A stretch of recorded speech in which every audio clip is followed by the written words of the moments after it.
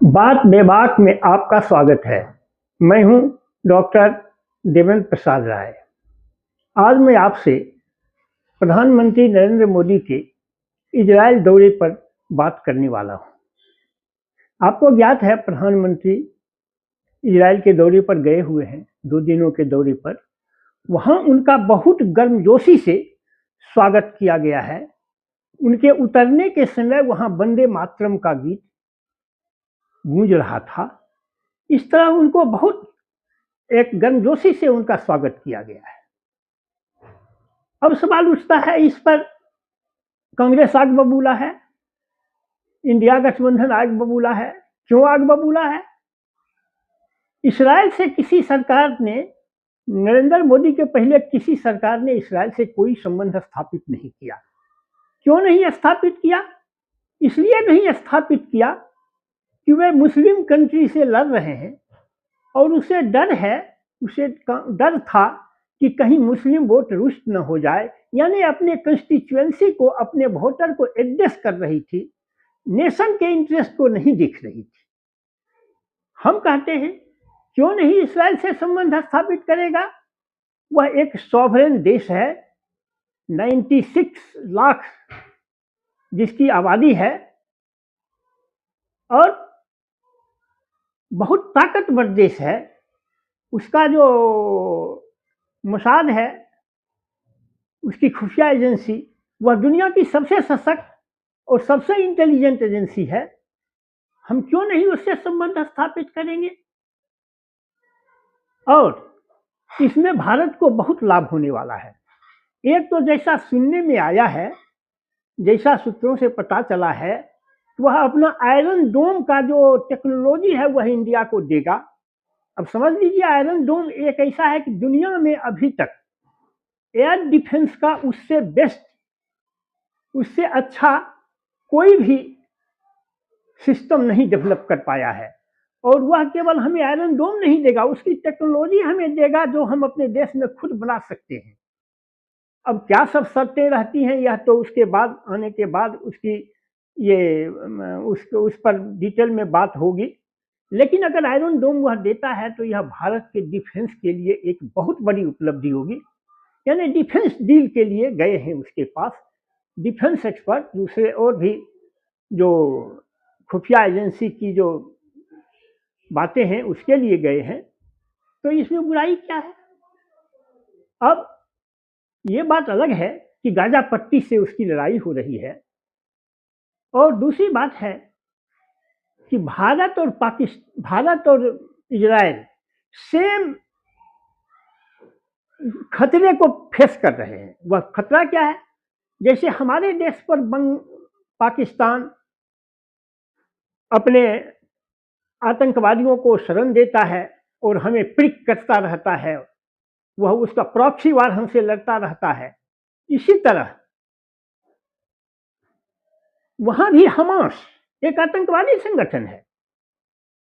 इसके पहले मेरे जैसा लोग, इसके पहले जब यासिर अराफत वहां हुआ करते थे तो वह एक डिप्लोमेटिक और पॉलिटिकल लड़ाई लड़ते थे, तब तक हम उस फिलिस्तीनियों के साथ थे। लेकिन आज तो गाजा पट्टी में हमास का अधिकार है जो एक आतंकवादी संगठन है। और जैसे हमको पाकिस्तान पिक करता रहता है, प्रॉक्सी वार लड़ता है, इसी तरह से हमास भी फिलिस्तीन, गाजा पट्टी भी इजराइल के साथ लड़ता रहता है। अब सोचिए, हमने सिंदूर ऑपरेशन किया। क्यों ऑपरेशन किया? क्योंकि पाकिस्तान ने के भेजे हुए आतंकवादी ने हमारे यहाँ 26 लोगों को मार दिया। इजराइल क्यों किया? उसने भी तो उसके आदमी को अगवा कर लिया। तो अगवा कर लिया तो अब क्या उसके पास, इजराइल के पास रास्ता बच जाता था? या तो ब्लैकमेल्ड हो, या तो वह कहे कि ये छोड़ो, ये छोड़ो, उस सबको छोड़े। जैसे हम लोग 99 में ये हाफिज सईद को छोड़ दिया था, इस तरह से किसी दुर्दांत अपराधी को छोड़वाता।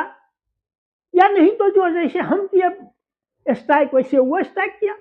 जैसे जब हमको सिंदूर करने का अधिकार है तो उसको भी गाजा पट्टी पर स्ट्राइक करने का अधिकार है।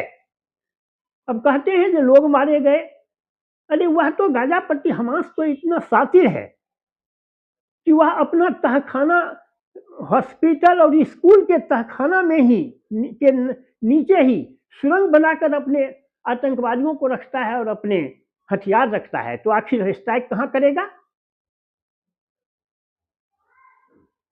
वह तो पाकिस्तान से भी गया बीता है। पाकिस्तान तो कम से कम इतना रखता है कि आतंकवादियों को दूसरी जगह रखता है, लेकिन स्कूल और अपने धर्म स्थल, मस्जिद, स्कूल और हॉस्पिटल को अपना उसका एस्केप गोट नहीं बनाता है। तो इसमें क्या अपराध है? इसलिए मैं वेलकम करता हूँ, इजराइल के साथ संबंध होने चाहिए। अब गाजा पट्टी पर जो इसमें कुछ जो अमानवीय घटना घटी उसकी मैंने निंदा भी की, वह निंदा के योग्य भी है, लेकिन हमास जो है इसी के लायक भी है, इसमें कोई दो राय नहीं है। केवल मुस्लिम वोटों के लिए यहाँ हिंदुस्तान की जो तथाकथित सेकुलर पार्टियां हैं वो फिलिस्तीन का नाम जप रहे हैं। अरे वह फिलिस्तीन अब नहीं है जो यासिर अराफत के समय में हुआ करता था। फिलिस्तीन एक आतंकवादी संगठन, एक आतंकवादी जगह है जहां आतंकवादी पलते हैं, और उसको फंड कौन करता है? ईरान और कतर फंड करता है। इस तरह से ठीक है, हमारे ईरान से भी अच्छे संबंध हैं। इजराइल आपस में ईरान और इजराइल लड़ रहा है, तो हम दोनों से संबंध बनाए हुए हैं, हमारे दोनों से हमारे संबंध रहेंगे। जैसे रूस और यूक्रेन लड़ रहा है, लेकिन हमारे प्रधानमंत्री रूस भी गए, यूक्रेन भी गए, इसी तरह ईरान भी जाएंगे, इजराइल भी जाएंगे। वो लड़ रहे हैं, वो उनका आपस का मामला है। यही हमारी विदेश नीति है, हम तटस्थ रहते हैं। आप लड़ रहे हैं तो आप लड़िए, आपके साथ हम नहीं लड़ने लगेंगे। बस यही आज के वीडियो में हमें कहना है।